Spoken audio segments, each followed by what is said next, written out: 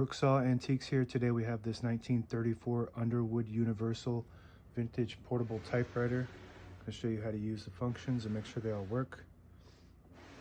Margins are located behind the carriage, and you just push and move them like that on each side. And this is where you'll stop, just like that.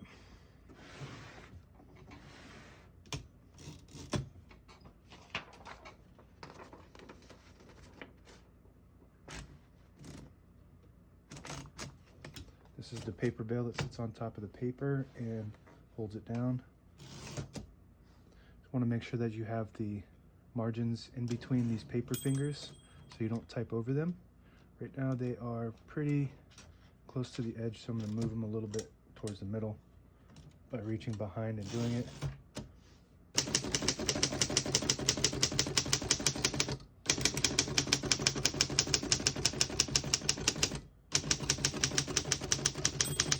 Once you hear the bell, you're at the end of the margin. You hit this line space, get you back to the beginning, and skips 1 or 2. Right now we have it on single, but if you want double, there's a little switch right here in front of the knob, and you just flip it all the way down.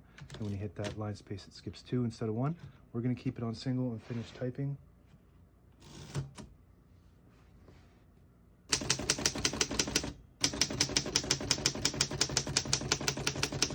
As you can see, all the keys type nice and none of them skip or stick. I'll type a sentence in red on the next line, switch from black to red. There's a switch up here and you just move it all the way to the right side and it'll print the bottom portion of the ribbon.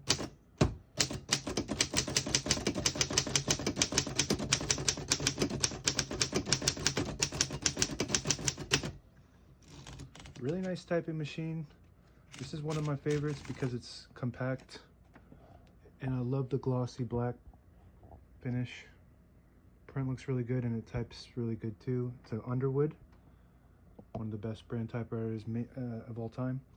To pull the page out easy, just flip the switch behind the carriage release forward and it unlocks the rollers underneath the platen, allowing you to pull the page out easy.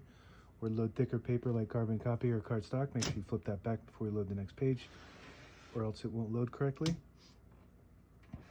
Backspace on the top left here works good.